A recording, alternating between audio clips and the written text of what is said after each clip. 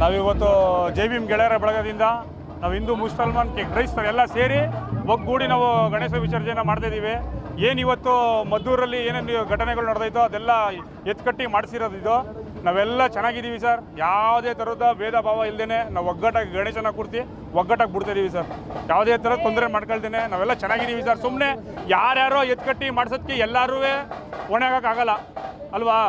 ಇವ ರಾಜಕೀಯವಾಗಿ ಬೇರೆಯವರು ಎತ್ಕಟ್ಟಿ ಯಾರ್ಯಾರಿಗೋ ತಪ್ಪು ಯಾರು ಮಾಡಿದಾರೋ ಮದ್ದೂರಲ್ಲಿ ಯಾರು ತಪ್ಪು ಮಾಡಿದಾರೋ ಅವ್ರಿಗೆ ತಕ್ಕ ಶಿಕ್ಷೆ ಆಗಬೇಕು.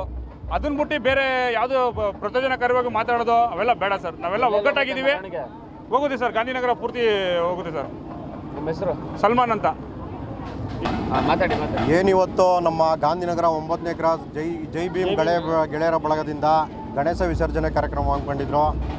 ಇವತ್ತು ಎಲ್ಲ ಹಿಂದೂ ಮುಸ್ಲಿಂ ಕ್ರೈಸ್ತರು ನಾವೆಲ್ಲ ಒಂದು ಅಂತ ತೋರಿಸ್ಕೊಡ್ತಾ ಇದ್ದಾರೆ.